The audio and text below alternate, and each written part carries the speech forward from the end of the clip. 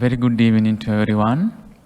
So thank you so much for coming this Friday evening. So today is my 5th topic.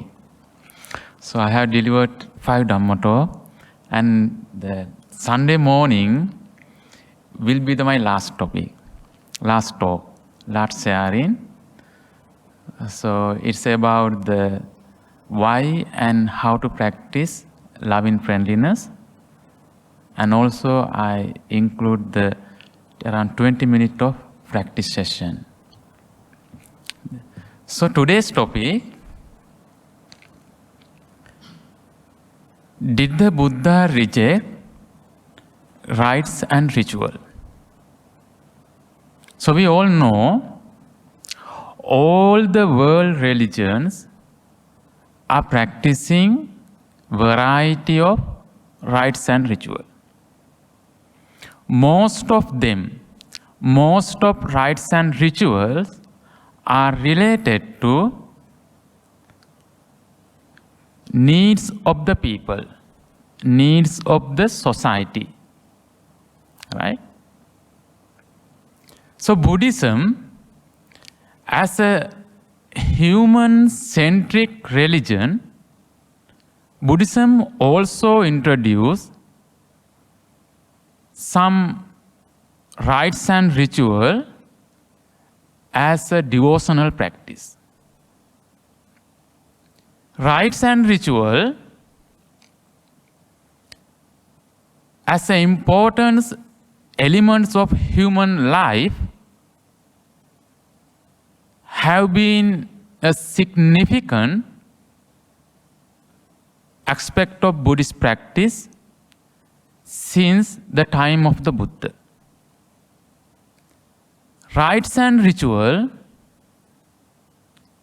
are a form of language that express many dimensions of human life, including our relationship with others and our emotional and psychological life, right? And also,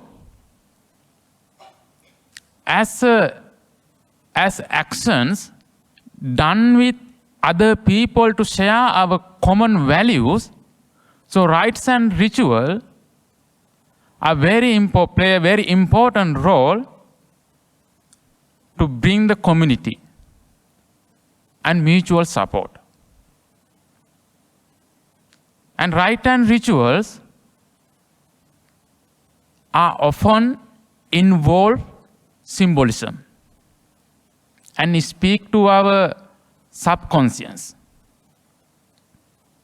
When rites and rituals done frequently or repeatedly frequent,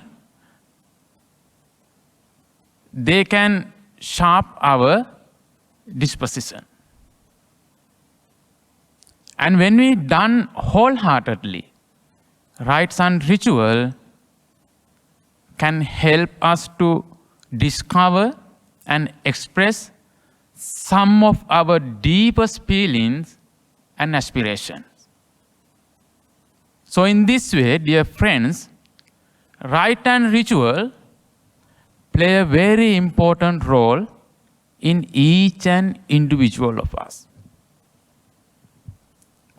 However, we all know that Buddha preached the Dhamma, which is very deep in meaning and profound in philosophically, aimed to all human beings to achieve the ultimate bliss of Nibbana.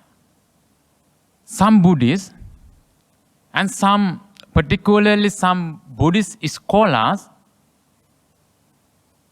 they are reluctant to accept rite and ritual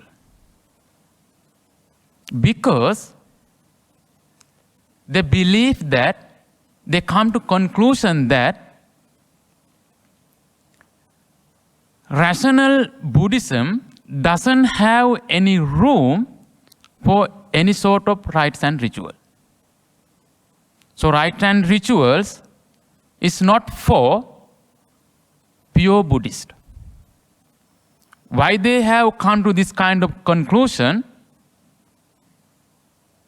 When for the first time Buddhist practitioner break through the illusion and awaken himself to awareness, realization,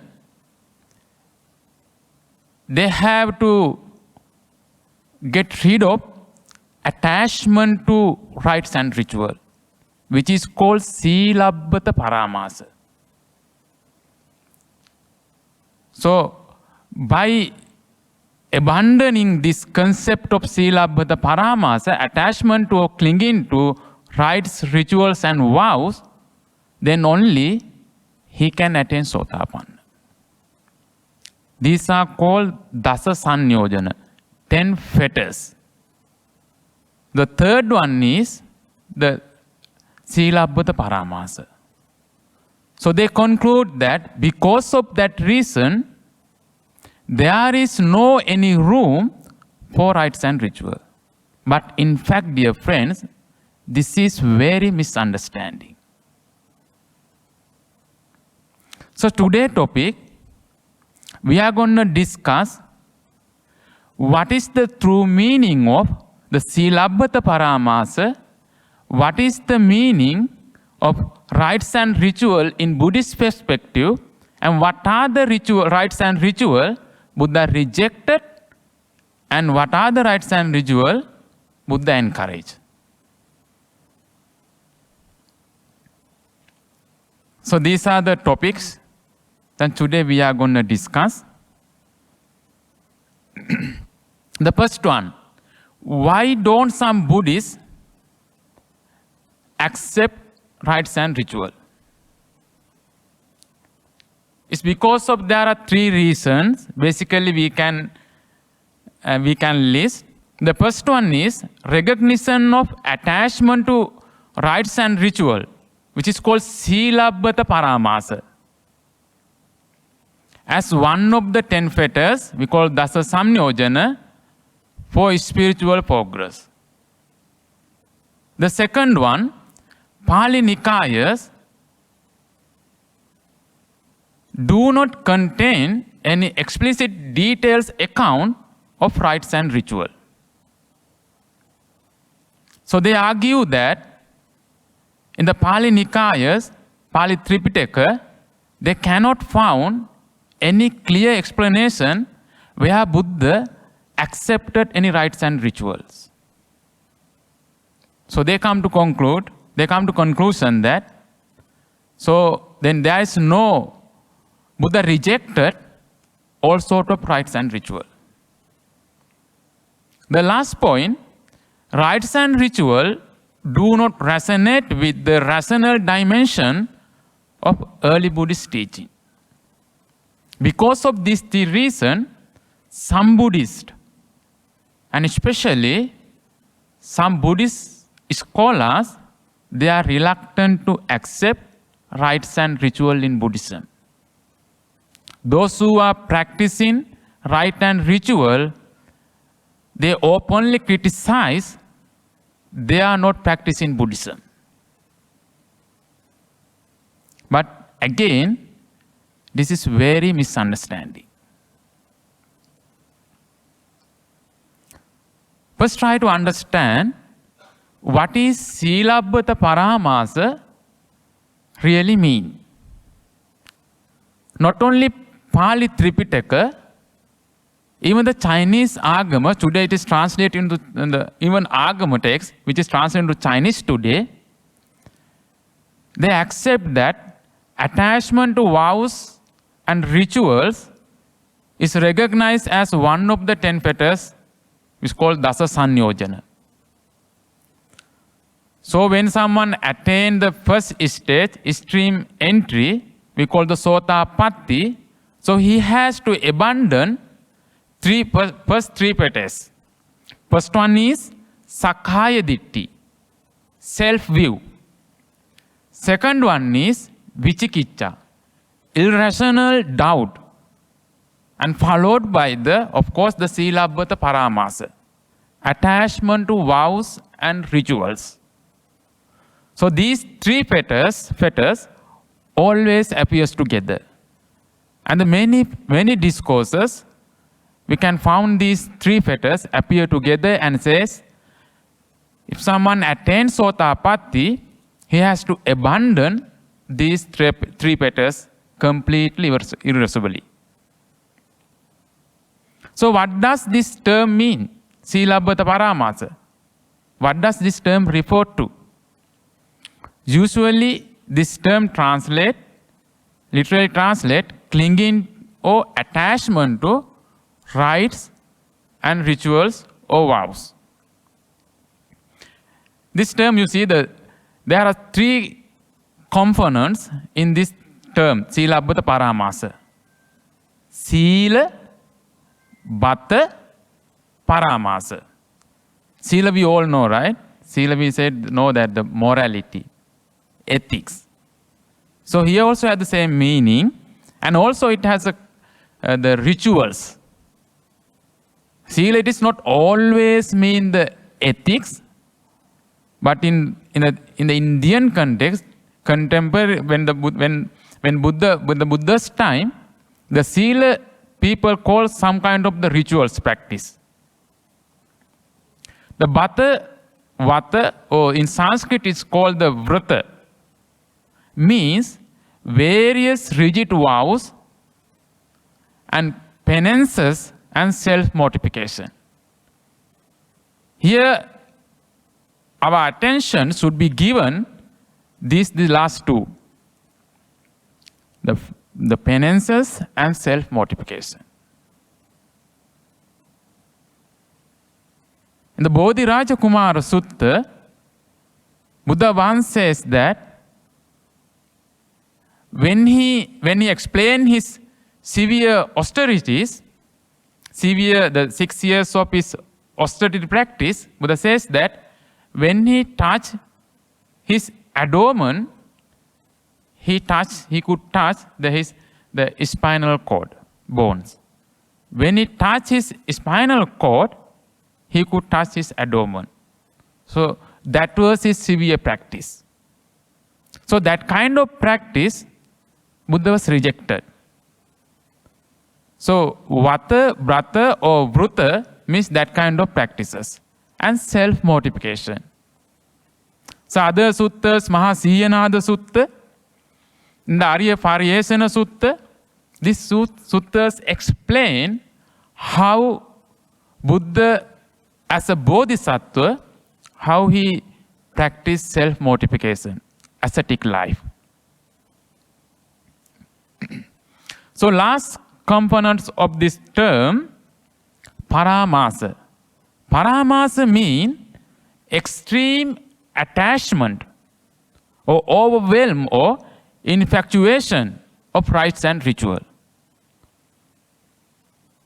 So we can translate this term, three components, Silabbata Paramasa. Sometimes it is called the Silabbata Upadana. So Upadana is, you all know, right? Upadana means clinging or attachment. So Silabbata Upadana is a synonym for the Silabbata Paramasa, refer to the attachment or clinging to rigid ascetic practices as a way of liberation. That's the most important part. If someone practice any sort of asceticism, any sort of rites and rituals as a way of liberation, as a mean of liberation, believing that practicing this ritual, I can attain liberation, and that is Silabbata Paramasa. It is not practicing rites and ritual. Practicing sort of rites and ritual, believing that I can attain liberation. I can attain enlightenment. So that is the Silabbata Paramasa. So these three discourses, Bodhiraja Kumara Sutta, Maha Siyanada Sutta, Arya Pariyesana Sutta, very clearly explain Buddha's critique on attachment to rites and rituals as a means of liberation. So what then the Buddha rejected is not the rituals itself, but being overwhelmed with rituals. So remember that what Buddha rejected is not the ritual, but attachment to rituals or practicing rituals as a means of liberation, as a way of liberation. So these are kind of the severe austerities and penances and self-mortification practiced in India during the time of the Buddha. So this is one of the very famous one, right? So first one. So how the Buddha practiced self-mortification. And even today, some ascetic, some religious, Indian religious people, they follow in this kind of the severe austerities. Even the Arya Pariyesana Sutta, the Buddha has practiced. The Bodhisattvas practice this kind of the rituals, this kind of the rituals and rites, believing that will bring him the liberation. During the summer time in India, these days I think the temperature is around above 50. So you can imagine how hot it is. During the summer time, sit in the heated the rock and put the all direction that the fire, put on the fire. And like that's exactly like that. And torturing himself, the belief that he can burn out their past karma and attain liberation. That's the ritual they practice. And these are rituals, some of the ritual. Even today, some ascetic, they behave like a dog. They walk like a dog, they eat like a dog. Some behave like a cow. Every movement, every behavior, everything they do like a cow. Torturing the body, physical body. Because kaya danda, kaya karma, they believe is the most important one. But Buddhism, karma is not the physical, just mere physical action. It is about chetana, it's about mind, right? But all this, the Jainism and Hindu religion, they believe that the kaya karma, kaya danda. So that is why by torturing to physical body, they can burn, they can wash away, they can reduce their past karma and attain liberation. Bodhisattva, before his enlightenment, he has been through all these kind of the rituals practice. And he understood that. Instead of attaining enlightenment, it lead him to more delusion.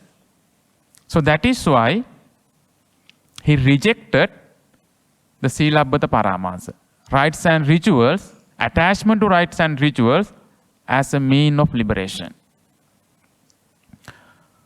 So then let's see what are the rites and ritual in Buddhism.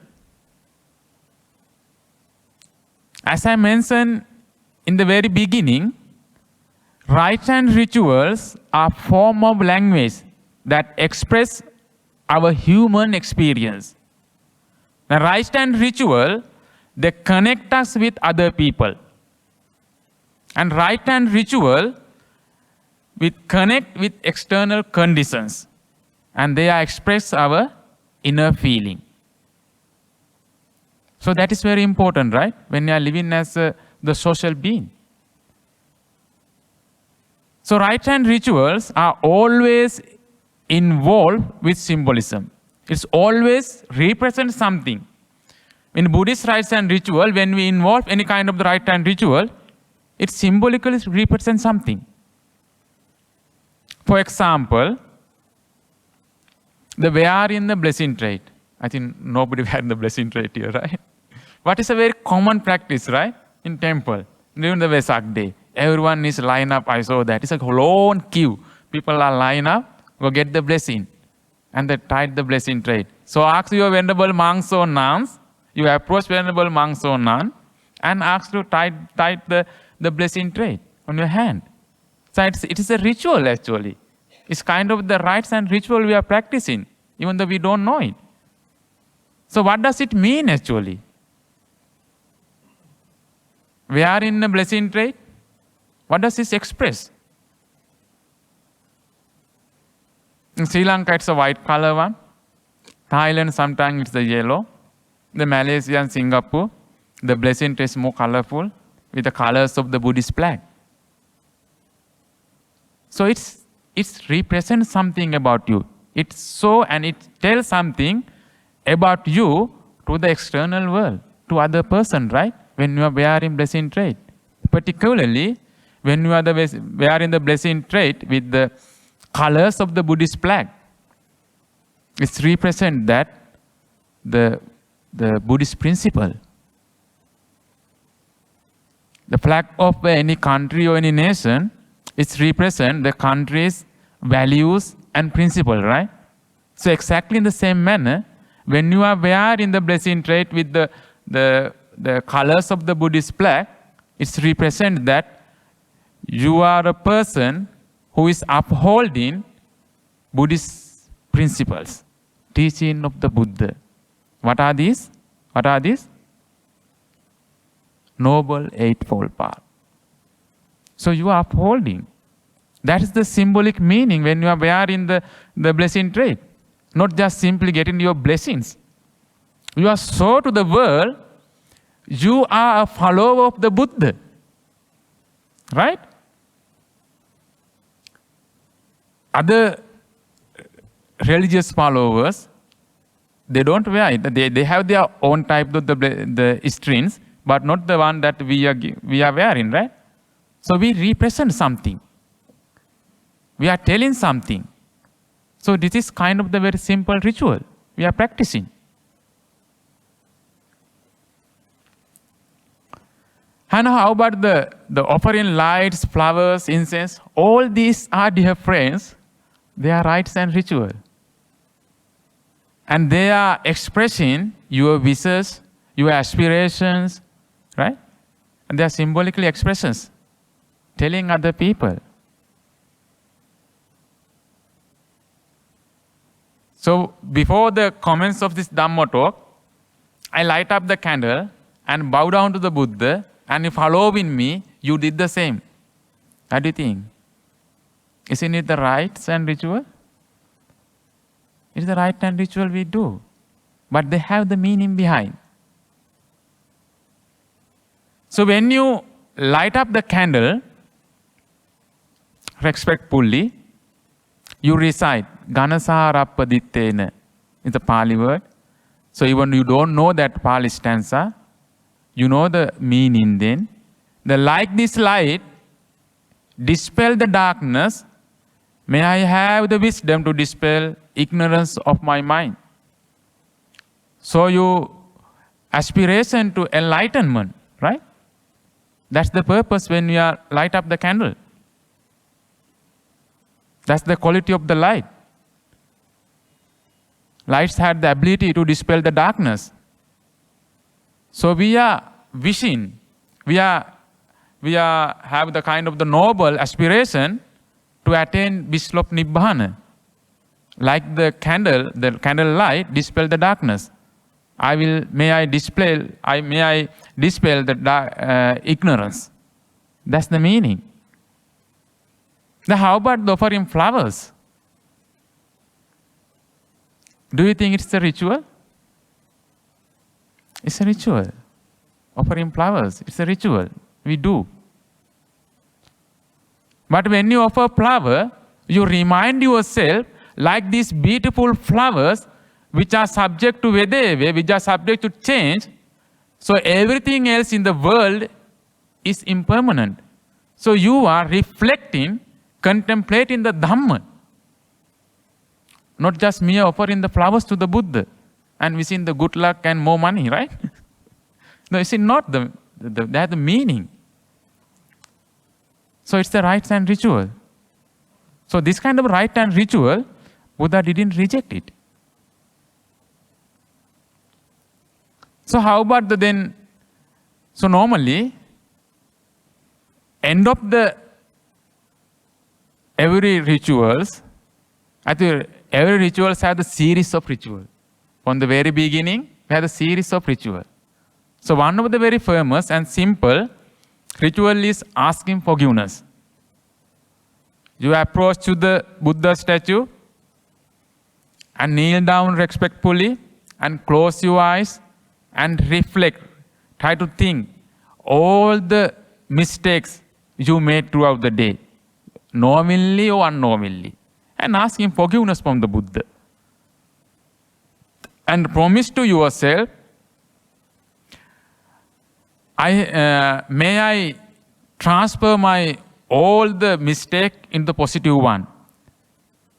I'm not going to do this mistake again. I'm not going to repeat this mistake. I will make myself correct. So it's kind of the rituals.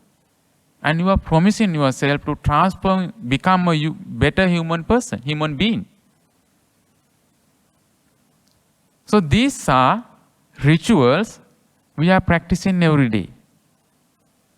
In fact, these are very meaningful rituals. Buddha did not reject these type of rituals. So then what are the rites and ritual Buddha rejects? Any type of devotional practices, rites and rituals which are ethically blameworthy, spiritually harmful, karmically destructive and socially unbeneficial.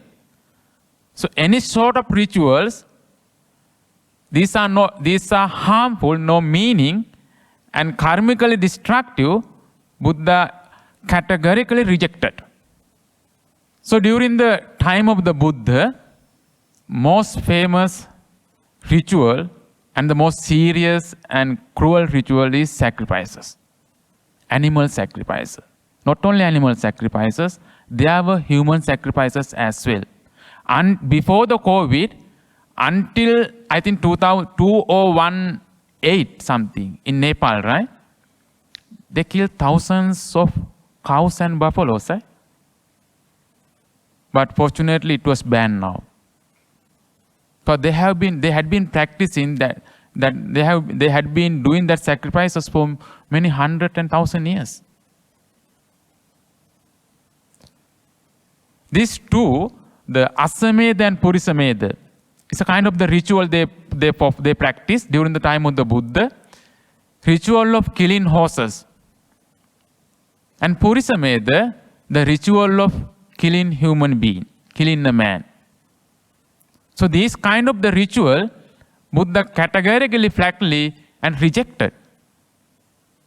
They are karmically very destructive and socially unbeneficial and spiritually very harmful.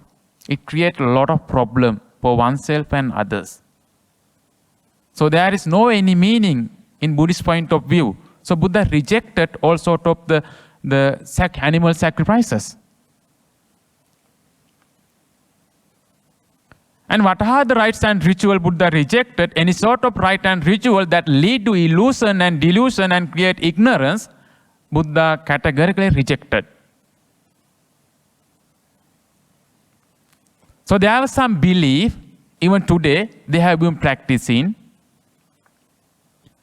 So belief that if once they bath in a particular river, particularly the Ganges river, they can wash away their bad karma, unwholesome karma, and they can purify themselves. In one discourses, when Buddha was going for alms round, one Brahmin during the winter, he was bathing in the very cold water, right? During the winter. So then Buddha asked, Brahmin, what are you doing? So I am washing away the previous unwholesome karma. Then Buddha asked, Brahmin, is there any fish and the water snake and turtles in that well? Yes, Buddha, yes. So Buddha says that, then Brahmin, those water snakes, turtles and fish, they are the most purified beings. If you can wash away by bathing this water, the cold water, so they are living in that water, so they are the most purified one, right? So this kind of the rites and ritual, dear friends, they lead to illusion. They create more ignorance. So Buddha categorically rejected this kind of the rites and ritual. So another one, in Sri Lanka, some people still believe that going under the elephant's stomach, they can ward off their evil planetary influences. You know the planetary influences? So bad influences come from the other planets. They believe that kind of the thing. So Buddha rejected this kind of the rites and rituals. So still people practice, particularly when the newborn baby. If there are some bad influences come from the other planet, if you go through under the snake, the belly, so it's very dangerous. So he can ward off all these bad influences. So that kind of the belief, the Buddha rejected.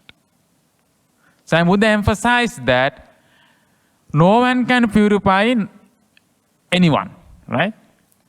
One can purify through only mind cultivation, through only practice, not believe in this kind of the activities and rite and rituals.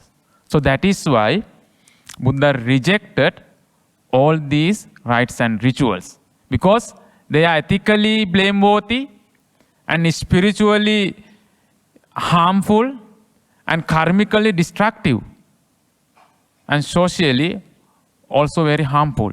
So Buddha rejected. And also any kind of the rites and ritual that lead to illusion and create ignorance, then Buddha rejected. So these are the rites and ritual. Buddha says that Silabbata Paramasa, attachment to rites and ritual as a way of liberation, as a way of purification. So Buddha rejected. So then, dear friends, what are the rites and rituals that Buddha encouraged? This is totally opposite one. Any kind of the rite and ritual, ethically praiseworthy, karmically productive, spiritually wholesome, socially beneficial. Any kind of the rituals that we are performing, if we go through this one, we have the benefit for yourself and others, and spiritually it's a benefit, and emotionally it's helpful. The Buddha accept, encourage. So rites and rituals that are beneficial and helpful to transform ourselves spiritually, then Buddha accept it. The first one, we all do. The bowing down to the Buddha. It's kind of the rite and ritual actually we do. It's not that we are respecting to the person and we are bowing down to the Buddha to please the Buddha. It's not that. When you are practicing the Buddhist path, we develop the saddha, right? Rational or the foundational confidence. We call the shraddha. It's not the blind faith. We develop we can say the trust of faith which based on the rational.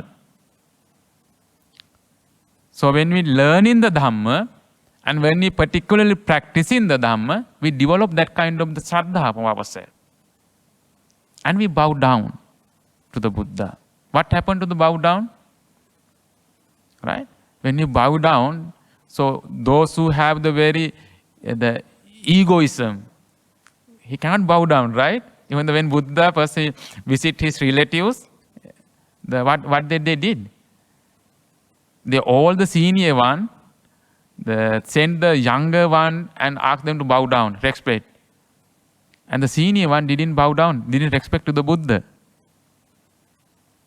but they cannot stay alone. Then finally they bow down and respect and ask forgiveness. So it means when we have the ego, we are not ready to respect other person. First, when we bow down to the Buddha, it means that we are lowering our egoism.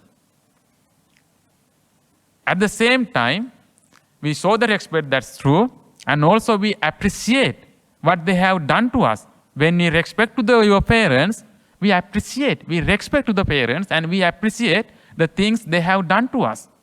And we show our gratitude. When we bow down to the Buddha, we do the same thing. When we bow down to the monks, when we bow down to the parents, teachers, so we are lower in the egoism and egocentric mindset, and we show our respect, gratitude towards the respected person. That's what we do. So Buddha appreciate such kind of rites and ritual. The rites and rituals, then Buddha encourage taking 3 refuges. Do you think it's the rites? It's a ritual that we all follow. It's a ritual. That's a very fundamental, the primary ritual, and the one of the first ritual Buddha introduced himself. When we say Buddhan saranam gacchami, Dhamman saranam gacchami, Sangham saranam gacchami, I go to the Buddha for my refuge, as my refuge, and Dhamma as my refuge, and Sangha as my refuge, is a kind of the ritual we practice. That is the fundamental, very primary ritual we all practice. Then how about the ordination? The pabbajja? It's a ritual. There are a lot of ritual when you enter the monastic life. There are a lot of ritual we have to practice. So all these things introduced Buddha himself. Buddha didn't reject all sort of rituals. What about the chanting? It's a ritual which today we practice. Even Buddha himself introduced chanting as a prophylactic device, the prevention from the sicknesses. So Buddha himself introduced this one. Even the famous the threefold Bojjhanga Sutta. You know the story behind, right? You don't know? So the 3 Bojjhanga Sutta is the factors of enlightenment that Buddha asked to practice to attain enlightenment. But sometimes Buddha asks to recite these 7 factors of enlightenment, the Bojjhanga Sutta, to get the speedy recovery. Even Venerable Maha Kassapa and Maha Moggallana Thera, those arahants, whenever sick, Buddha visited them and recited this Bojjhanga Sutta, and at the end of this Bojjhanga recitation, they got cured. They recovered. Even once when Buddha was sick, Buddha asked Venerable Arahant Chunda to recite the Bojjhanga. So Buddha got cured. So it's a kind of the ritual we Buddha practice and introduce. The Atanatya Sutta, we recite to word of the fear of the ghost and spirit, Atanatya Sutta. And Dajjagga Sutta, when you have the fear, the Buddha says that the other day, have the war in between other divine world, the other is divine, the king of the divine worlds. They said, look at my flag, then you will have the determination, you will get rid of your fear. Buddha says that when you have the fear, reflect the qualities of the Buddha, Itipiso Bhagava Arahant, and recall the qualities and reflect the qualities of the Dhamma, Suakkato Bhagavato. In the Dajjagga Sutta, Buddha says that. And even the qualities of the Sangha, then your fear will be disappear. So it's kind of the rituals we practice. The reciting Metta Sutta, when you have the fear. And the Ratana Sutta, reciting. So all the chanting is a kind of the rites and ritual we all practice as a Buddhist. So Buddha encourage, appreciate this kind of the rituals and show the benefits. how about the funeral? In the series of rites and ritual, right? Funeral. At the very beginning and at the very end, the cremation until then, and after that as also, there are a series of rituals which are not introduced by the Buddha himself, but later on, as a needs of requirements of the people and society, the monks introduce. So during the Buddha's time, there was not the kind of the ritual that we are practicing, but Buddhism was as the accommodative religion. When it's introduced to other countries, they absorb the cultural aspect of the other countries. So that is why when we perform rituals, kind of the rituals, the funeral rituals in Sri Lanka is different from the Burma, and it's different from the China, because the Buddhism absorbed the culture. It didn't reject it.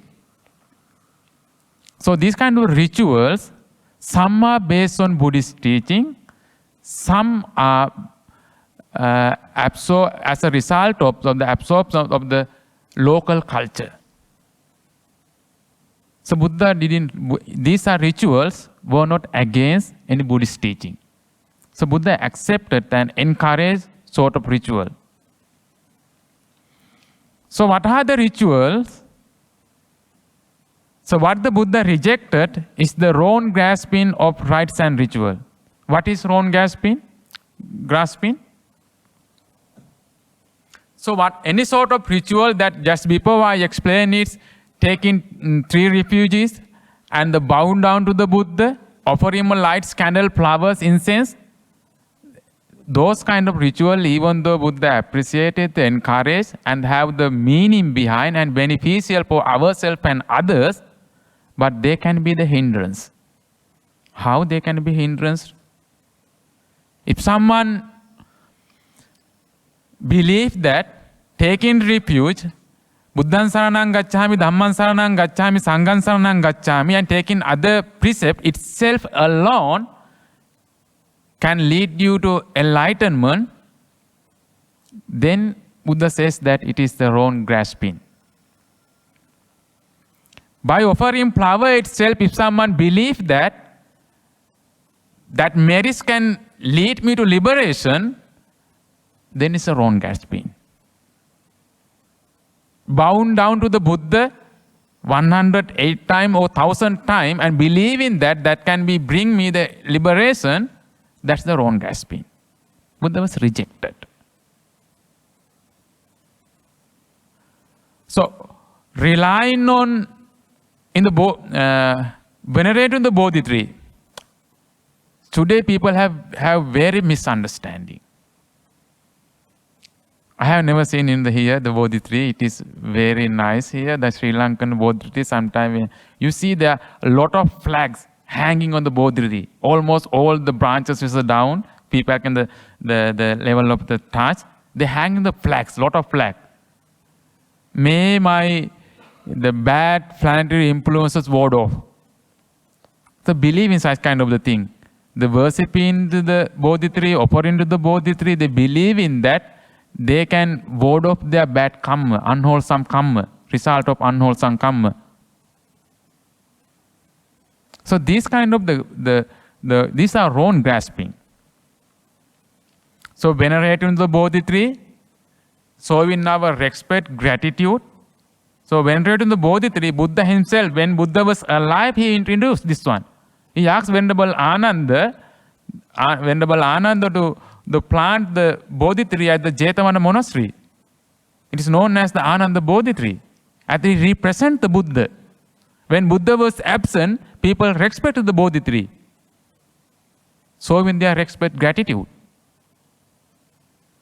But if we use that one, venerating the Bodhi tree with the misunderstanding, with other purposes, that's the wrong grasping. So Buddha was rejected. So any type of the rituals, to rely on them, any rituals for liberation is a hindrance to liberation. So Buddha was rejected. So Buddha says that in Dhammapada, Sarancha Sarato Nyatva Asarancha Asarato Te Saram Adhigachanti Samma Sankappa Gochara. What is essential, they understood as essential. What is unessential, they regard as unessential. They realize the essence who entertain right thought. So any type of the rituals, even we are practicing, even Buddha himself introduced, as a human being, as a Buddhist, as an intellectual being, we should understand what is right, what is wrong. And what is right, keep in practice, and what is wrong, just leave behind. So you can, as a Buddhist, you can still practice in kind of the right time ritual you have been practicing as a devotional practice, but don't grasp them attachment wrongly. Don't believe that, don't practice any rituals that ritual itself alone bring you to liberation. So don't practice, but reject it. And also any rites and ritual that create illusion, delusion and ignorance, then don't practice. Buddha is rejected.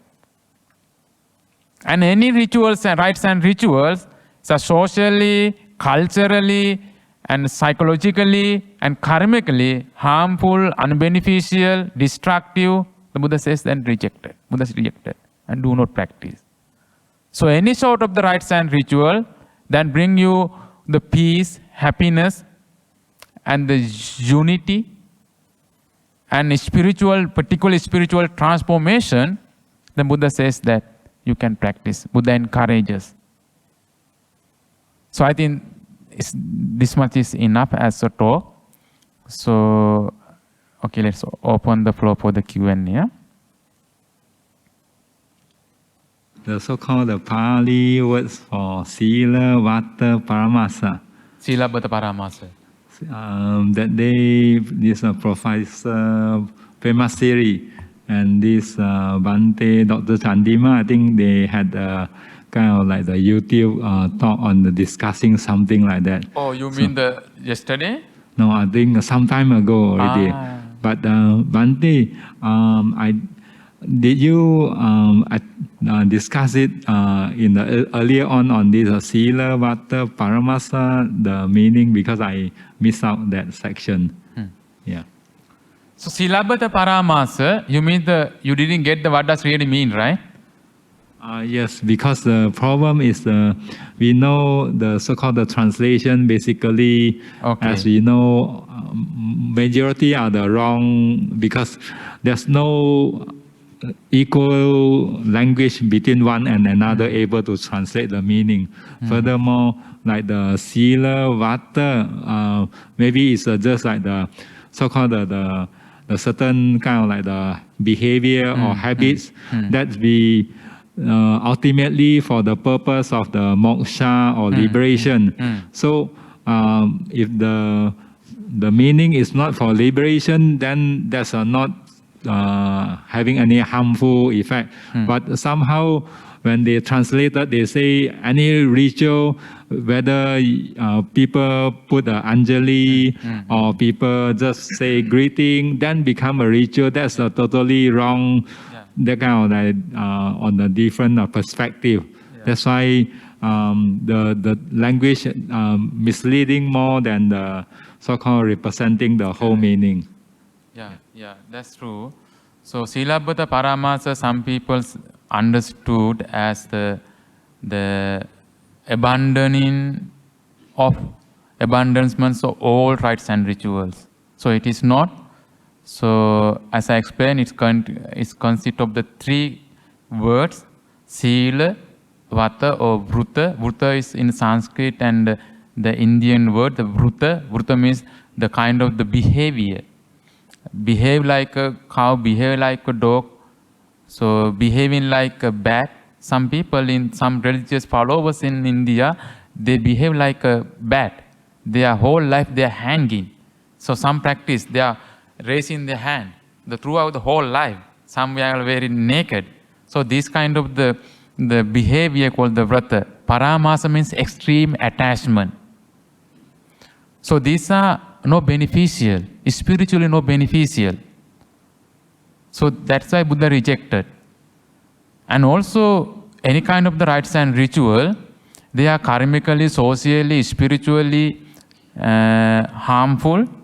Then also that rejected. That's a reason to reject, right? Like sacrifices. So nobody appreciates it. Yeah.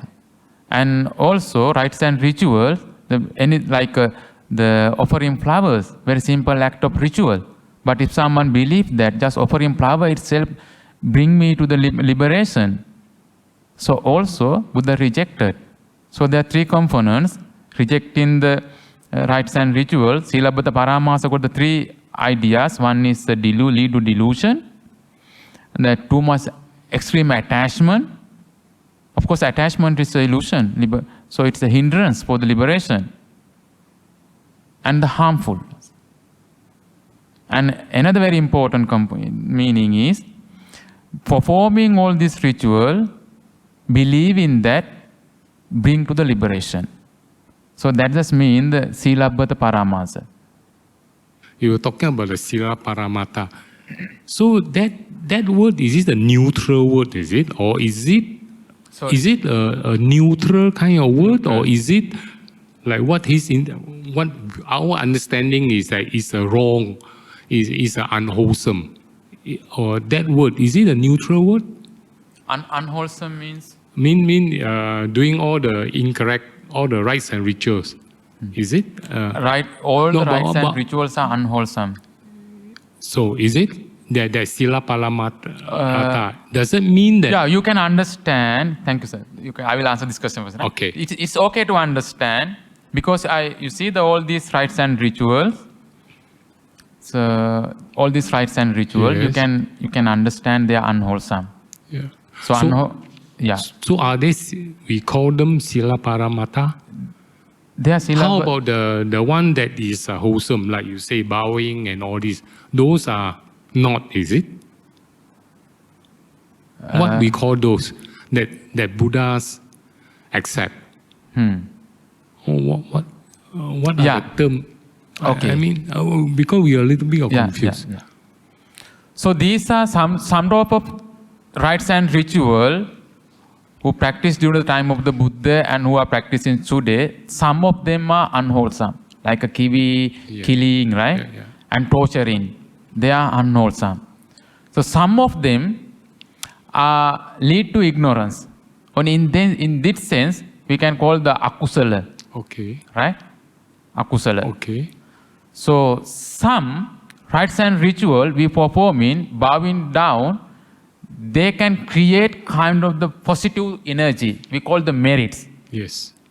But that can be hindrance to your liberation. As I mentioned earlier, if you believe that bowing down itself lead you the liberation, then it's a hindrance. Okay. But still, you can get some kind of blessing, kind of the merits, bowing down, respecting to the Buddha. So what basically that word Sila Paramata? What does it mean? Can it refer to the both sides? Or can. It Not can, only that rites and ritual, you can see the photos. Not only that one, Silabbata Paramasa can be the rites and ritual that we are performing today. Okay. So it's a generic word. Okay. That's how we practice. That's how we do it. Yeah. Like Buddhan Saranang Gacchami, you said in the morning Buddhan Saranang Gacchami, and in the daytime again your break time you say the Buddhan Saranang Gacchami. Before the go to bed you say the Buddhan Saranang Gacchami. You said that itself, that reciting itself enough. Okay. To attain the Nibbana. Okay. So it's the Silabbata Paramasa then. Okay. So Bhante, I got two questions. One is that these are all, delusion. But then why up to today you still have these people practicing? Does it mean that they actually can have liberation? There's one question. The next one is that thank you, Bhante, for giving us a more enlightened version of rites and rituals. Because all the while we have been told that now to be a Sotapanna, you have to get rid of rites and rituals, and whatever rite and rituals are not correct. Okay, so now you have put it in the right perspective, in the sense that the rite and ritual by itself can be beneficiary as long as we don't attach to it and think that by doing that we can go for liberation. Okay, I think that is very clear cut. Yeah. But then why are those scholars or those learned people reject such things? Why are they not like Bhante, which is more, you know how to interpret it correctly. Thank you, Bhante. Okay, thank you so much, sir. So your first question, so why those people are still practicing all the rites and ritual which are unbeneficial? Still doing it. It's because of the bhakti, faith, the blind faith. So Buddhism doesn't encourage blind faith, right? So most of the authoritative religions, they are based on faith, right? Their purpose of performing rites and ritual to please their God who have the power over man. So we don't do rituals to please the Buddha. Instead, to make ourselves calm and make ourselves happy. And kind of the spiritual transformation. The faith is very fundamental aspect of element of any religion. Once you lose the faith, that is the end of that religion. Right? If you assume that they are happy, they think they are happy. So in Buddhism, sometimes it's a great delusion. Not knowing what is suffering, it is a great delusion, right? Yeah, that's the delusion. The delusion, ignorance means not knowing the Four Noble Truth. So Buddhism doesn't encourage kind of the belief. So that is why they are still keep continuing do this kind of the rites and ritual. So Buddhism doesn't encourage. So they believe that if you don't perform that kind of rites and ritual, their God or whoever, their religious leader, will curse them. So that is why, that is how they learn when they were very young. That's how they grown up, learning such kind of belief, faith. The faith lead to ignorance, and the blind faith lead to extremism as well. That is why those who have developed the faith, some religion, they are ready to do any kind of the things. Yeah. So the Buddhism doesn't encourage. Buddhism encourage the rational trust, confidence. Not only the person, don't trust on the person. Buddha himself said that, don't trust on me. In the Kalama Sutta, Buddha said that there are 8 things. Yeah. Do not believe in anything because of the written in the religious text. Do not believe in anything. It's because of that the passing down from the generation to generation. Do not believe in anything. It's because of the well-known famous person taught. This kind of thing Buddha says that do not believe. And the Buddha himself says that, yeah, do not believe myself. Believe the enlightenment that I have achieved. And believe in yourself by following this right path, 8 noble path, you also can attain. So what happens today? You believe in the religious person, either monk or someone personally you believe in. So normally today, we believe in the person, right? Either in the monks, because they are the most closer to you. So Buddha is not there. So Dhamma is in, you of course you believe in the Buddha and Dhamma, but you more believe in the monk, right? So they are the one who always have the relationship, the contact with you. So if you see any misbehave, then at that very spot, you will lose your faith, right? The confidence. So Buddha says that don't believe in the person, believe in the quality. I was very much attracted to what you say just now regarding the Bojjhanga Parita, because I had pain on my knee, right? It was already 12 weeks of pain, and it is hammering pain, right? Then I thought about this Bojjhanga, and I started reciting Bojjhanga almost every night. And the swelling went off and the pain started to decrease. But there are certain things that I don't quite understand when I recite this Bojjhanga. As is mentioned, I hope Bhante can enlighten me, especially on this part of investigation of Dharma and collectedness in this chanting of Bojjhanga. Thank you, Bhante. Let me repeat. Investigation of Dharma, collectedness, equanimity, enlightenment factors. It really helps. I would say that this Bojjhanga, as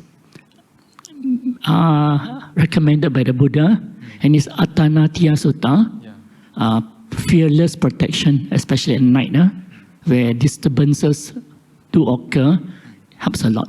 Thank you, Bhante. Thank you so much for your question, sir. So Bojjhangas, 7 factors of enlightenment. To realize liberation, to attain the enlightenment, we have to put into practice all the 7 factors. But here, we chant it as a device, as a preventing or curing illnesses.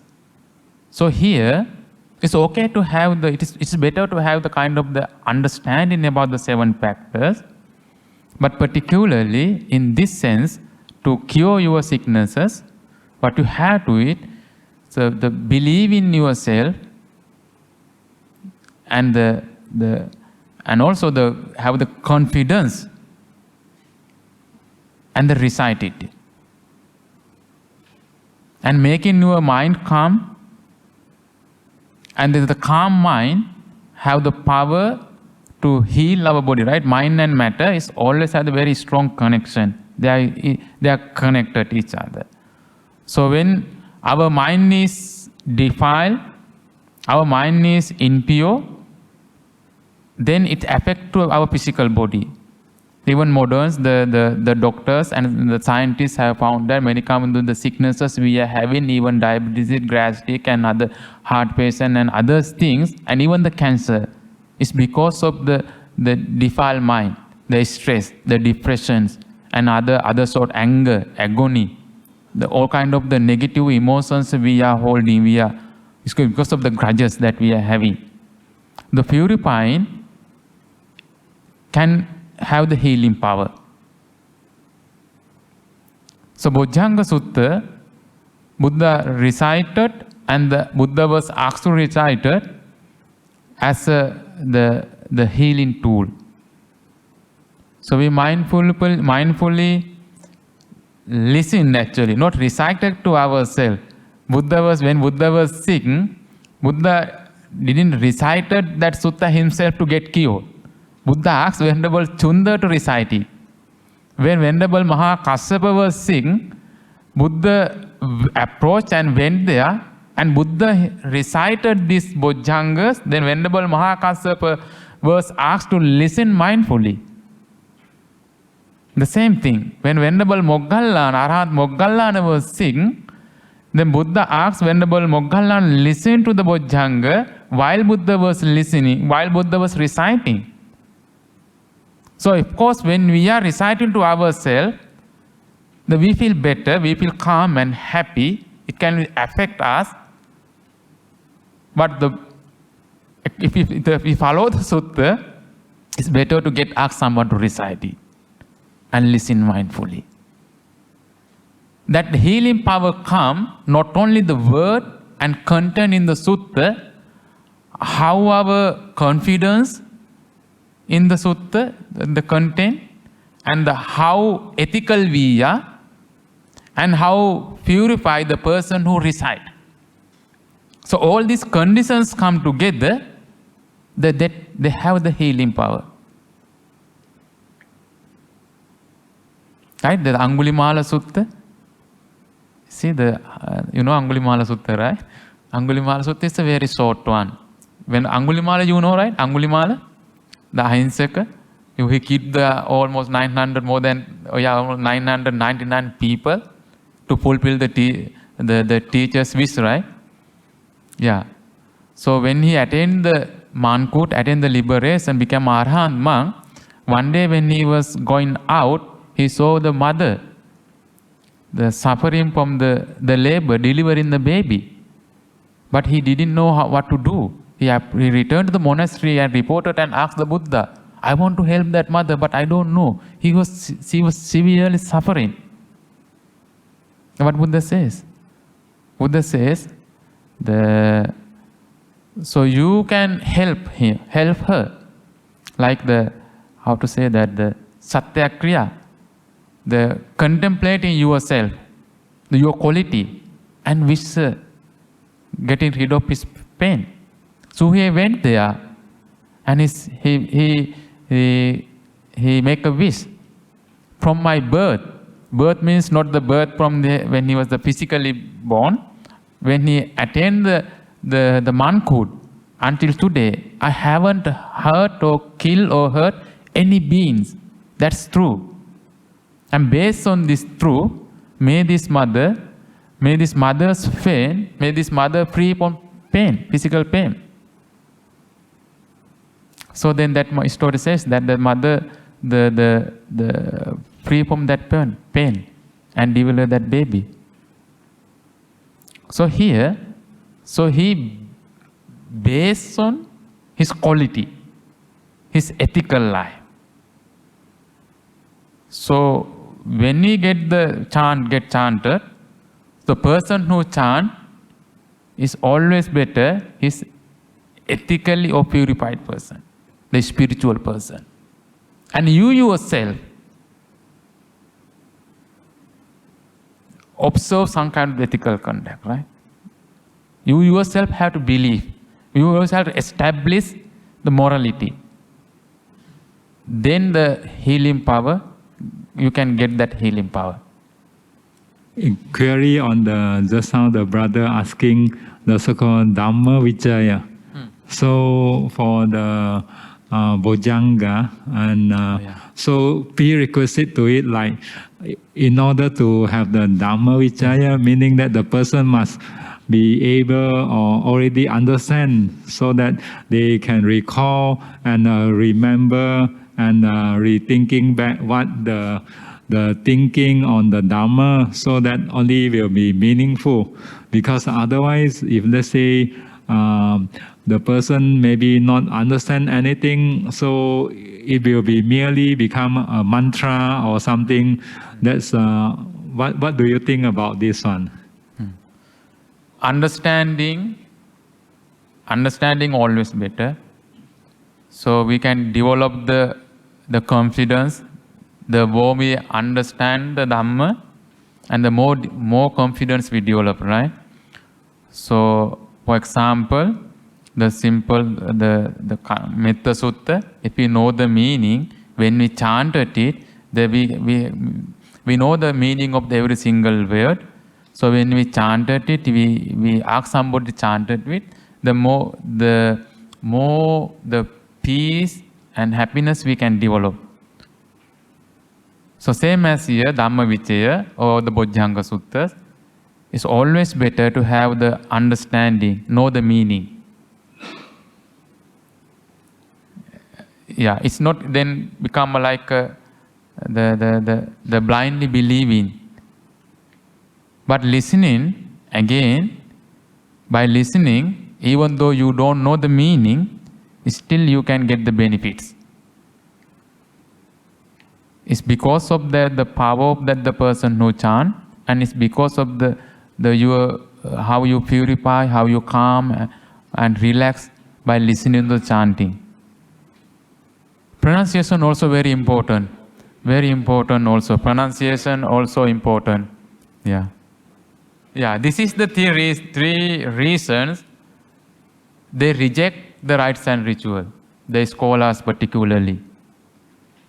Because of the Silabbata Paramasa, they are misunderstanding Silabbata Paramasa. This point I already explained. The second one is Pali Nikaya do not contain any explicit details accounts of the rites and ritual. In the Pali Nikaya, we cannot find any passage which explain with any rites and ritual. Explain means Buddha accept any rites and ritual. There is no explicit, the clear passage actually. Yeah, but on the other hand, there is no any the obvious the answer or any passage Buddha reject rites and ritual. And even we cannot believe that, because Indian people, right, they are practicing a lot of rites and ritual from the birth to death. So we cannot believe that, we cannot think that immediately they enter to the Buddhist order, not order, become a Buddhist, not monks and nuns, lay people. We cannot believe that they immediately abandon all those rites and ritual, right? Especially lay Buddhist followers during the time of the Buddha, they still carry on their rites and ritual. So we cannot believe that. I think there is no reason to. It's unreason, right? To believe that Indian people and the Buddhist lay followers of the Buddha during the time of the Buddha abandon all those rites and ritual immediately. They became a Buddhist. But Buddha didn't emphasize that point. It's because that rites and ritual mostly performed by the Brahmin. So nothing to do with the Buddhist monks and nuns by that time. But when things are changed, so that role and responsibility took over by the monks and nuns. For example, during the colonial period in Sri Lanka, so Buddhism was badly affected by the Christian missionary and also the political policies of the colonialism. By that time, what Sri Lankan Buddhist monk did was introduce kind of the rites and ritual. Some based on the Buddhism, some are not. The purpose is to unite the Buddhist community and identify their religious identity. So there is no then, even though then, no any clear explanation is in the Tripitaka to reject of the rites and ritual, and there is no clear explanation on the Tripitaka that Buddha rejected rites and ritual. And there is no reason to believe that Indian Buddhist followers abandon all rites and rituals, because they are integral part of their life, rites and ritual. There are so many sacraments and rites and ritual in Hindu practice. They are practicing. Yeah, they are not harmful at all as well actually. Yeah, right? Yeah.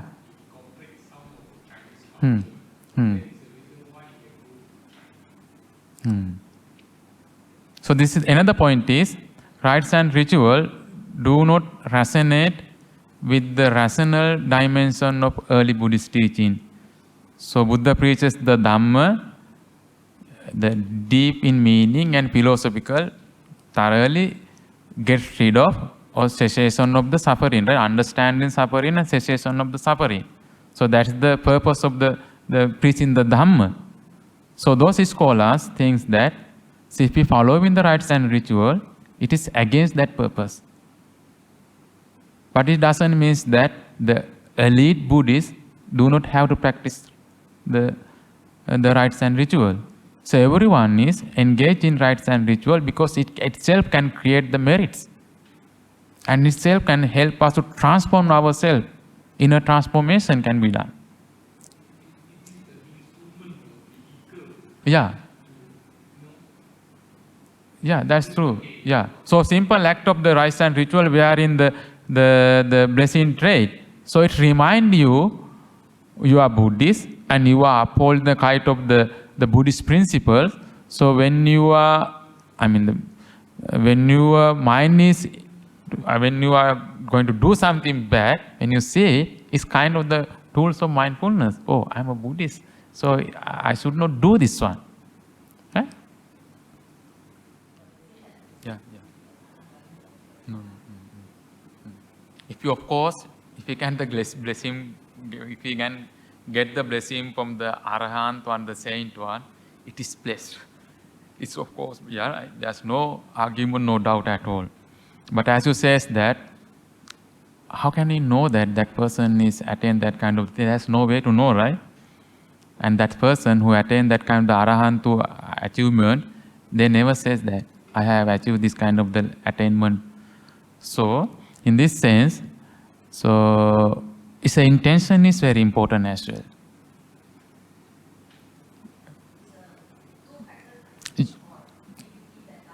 It's two factors is exit is much better. Okay, it's much better. So in the both side, yeah, this is much better. But in not always is happening, right? It's not the, yeah. So at least, so believe in yourself. You know yourself much better, right? We don't know other person. What kind of the how is that person's mentally? We don't know, right? There's no way to know that. So then, what we have to do is, so you know yourself better. So you believe in that yourself. When you are chanting, particularly when you are get the blessing from the chanting, so you develop that shraddha yourself and confidence, the foundational trust. And so then listening to the chanting mindfully, and maintain. For example, you are seeking blessing upon the good health, and maintain the loving, compassionate thought to yourself by the power of this chanting, listening to this chanting, which contains the Buddha's, Dhamma's, and Sangha's virtue. May I be get well soon. May I have the speedy recovery. May I be free from the danger. So throughout this listening to the chanting, you maintain that thought. I'm not saying that you stop. It is foolish that you stop altogether the medicine and just believe in the chanting. You know, yeah.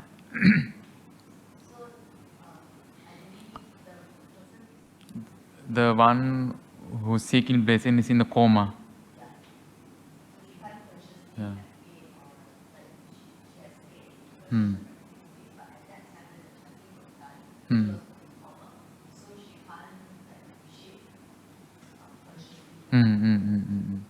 In this kind of the situation, circumstances, maybe the one who chant, his mentality, intention, and the loving, compassionate thought will help. Will help on for the recovery or the blessings. You know, not only the chanting, even we are offering lunch, offering dana, offering something to somebody. It's also the both sides would be the purified, right?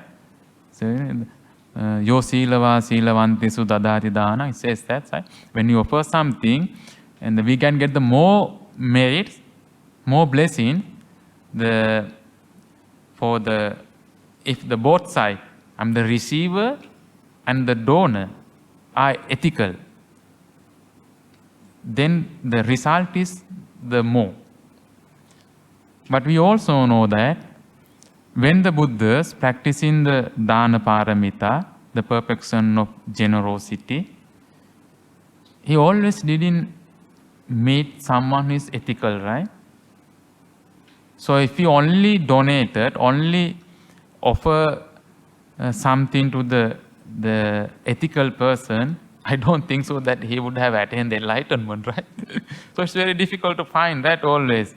So his last, the Vesantara Jataka, so where he donated the beloved son and daughter, right? To whom he donated? Jujaka, right? He's a very unethical person, right? So what he believes in himself. So I am practicing the righteousness. I am practicing morality. I am practicing this quality and that quality myself. So believing in himself, relying on himself, he practiced. So another Jataka story, Veluwa Brahman time. So he had the thought, if there is any ethical person in the world to receive my offering, he will be happier. And he had his bowl is full of water. The water will remain even though it's upside down. If there's any ethical person in the world by that time who come and receive my dhan. So all the water was the drop. It means there's no ethical persons by that time. And again he says that I can get the full merits and benefits by offering this dana, relying on myself, relying on my ethical conduct, relying on my qualities. By offering this dana, then he turned this cup bowl, then all the water was remain. It symbolically means that relying on yours, if you don't know the other person quality and the sealer or any other qualities, then relying on yourself, your quality, because you know better that you know yourself, even though you don't know about others, right? Yeah, can do it, but no example we can found in the Tripitaka. But I know that the Burmese tradition, and I saw myself as well. I never miss chanting to myself. It means just kind of keep remembering the things. Basic the threefold sutta. I keep chanting to myself, and also I believe in that I can get the benefit. In the Burma, the people chant the whole. The one part of the Abhidhamma, Patthana Pakarana, and some the Buddhist discourses. And one monk, one of my friend told me that the well-known Burmese monk, he chant every day, and he explained his experience at night when he chant, so he can feel kind of the very pleasant smell. His room and his monastery. So monks ask about it, what is that? And monks, that the senior monk, who chant, he says that at night he feels that the divine being visiting and listening to his chanting. So the people can chant themselves and still can get the benefit. But not just like the blindly chanting, okay? We have to be mindfully chanting. We have to chant mindfully. And we have to, even the 20 minutes or 30 minutes or 10 minutes you chant, you mindfully chant it. Because sometimes when you are learn by heart the chanting, Karaniya Metta Sutta or Itipiso Bhagava or any kind of thing, so when you learn, when you remember, very beginning you are very mindfully chanted, in the middle you lost your mindfulness, mind is start wandering, again you know the end. So it doesn't make, it don't bring the benefits. So we have to do it mindfully. It means physically, mentally, you have to prepare. At home, that's why quite difficult actually. At home you chant while you are washing, cooking, eating or cooking. You cannot get the benefit, right? So you have to physically prepare. I am going to do this ritual. Or you bow down, offer something, cup of water to the Buddha statue, Buddha, and you bow down and recite, sit comfortably, and you start chanting. I think our lay, thank you so much. This is, I think our late chief has given a talk in this one, right? So it's very interesting one. It's available in the YouTube. You can listen to it. So it's very nicely explained. So anyway, so burning, right? It's a part of your culture actually. part of your culture. Even though it doesn't harm to yourself, it doesn't harm to the other people. But still, I think that now people have awareness, burning a lot of papers and all these things, bring kind of the environmental issues, right? Air pollution, all these things. I know that Taiwan, instead of the burning papers, they have the video that shows that the burning papers. They create the video during the Qingming time, so they don't physically burn the paper. They have the big monitor here and there, and there they show that burning papers. So there's no smoke. It's environmentally friendly. And I know that in Singapore, when I was there, so people they burn the big box, right? I don't know what is called it. So some monasteries, they kindly make a notice, please be mindful, please be kind to the environment. Instead of the burning papers, you can burn, but they said don't burn this kind of item, don't burn this and that. So they are reducing. They have that awareness. Yeah. But it's very cultural and very sensitive thing. So even the Buddhists, in the Chinese Buddhists, still they follow, right? They follow burning papers and the fake monies and all these things. Yeah. Good evening, Bhante. The question is, I observe Muslim, Christians, even among Buddhists, the way we pray differently. Because for Christians, they sit on the bench. Right? The temple I used to go, we used to kneel down to do chanting. Okay? But if you look at what the rites and ritual, I think this one, Lord Buddha won't be that agreeable, kneeling down and do chanting. You know? So, because the knees, as you grow older, cannot take it. I think the best part is to sit on a chair. I think that is the best one. I think, thank you, Bhante, for explaining the rites rituals accepted or rejected by Lord Buddha. Thank you. Again, it is about our intention. Of course, you are physically have the damage, so you can always find the comfortable posture. So it's not about the just kneeling down or sitting on the cushion or sitting on the chair. It's about our intention, how we do it, how we want to do it, how we want to respect to the Buddha, right? So not only the kneel down, some Buddhists, they have the full prostration, right? Yeah, full prostration. So some do it tradition, following the tradition, the blindly following. Some do it when they have understanding, practice, they develop that kind of faith. Then they are ready to do any kind of thing. It's because they are so pleased with the Dhamma. The happiness they gain to the Dhamma by practicing, they're happy to do anything. Happy to do anything, not the bad, the killing himself. Huh? I mean, they develop that kind of the confidence. Right? Yeah. It's about intention. Yeah.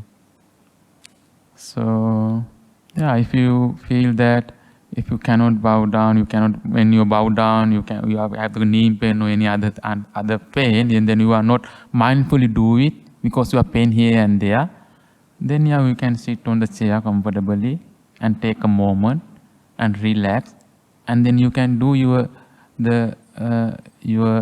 the prostration. I mean, your respect to the Buddha, and yeah, I think that's the important thing. Understanding is the important, no? Okay, it's around 9:40. Okay, so let's share the merits with the divine beings, celestial beings, and bodhisattvas. So may all celestial beings, bodhisattvas, receive these merits and enjoy these merits. May they be well, health, and happy and peaceful. With that thought, we say sadhu 3 times to share the merits with the divine being. Sadhu, sadhu, sadhu. And also we transfer merits to our departed ones.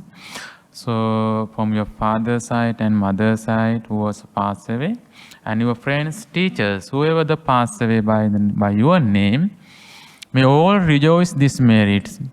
Having rejoiced these merits, they shortens their samsaric journey and attain bliss of Nibbana.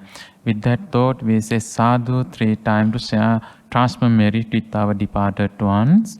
Sadhu, sadhu, sadhu. And also by the power of this meritorious deed, listening to Dhamma and preaching the Dhamma, sharing and transferring merits with the divine and departed ones. May all be blessed with good health, happiness and peaceful life. May you inspire the Dhamma to live a peaceful, compassionate, love life. And finally, may the merits be helpful each and every one of you to have a very smooth samsaric journey towards bliss of Nibbana. With that thought, to rejoice the merits, say sadhu 3 times. Sadhu, sadhu, sadhu. I will recite some blessing in these stanzas in order to bless you. Sabbhitiyo vivajjantu sabbharogo vinasatu mate bhavantu antarajo sukhi digayuko bhava bhavatu sabbha mangalang rakkantu sabbha devata sabbha buddhanubhavena sada sonti bhavantu te bhavatu sabbha mangalang rakkantu sabbha devata sabbha dhammanubhavena sada sonti bhavantu te bhavatu sabbha mangalang rakkantu sabbha devata sabbha sanghanubhavena sada sonti bhavantu te abhivadana silissa niccang vacchapachayino cattaro dhamma vardhanti ayuvanno sukham balam. May you be well and happy. Okay. So.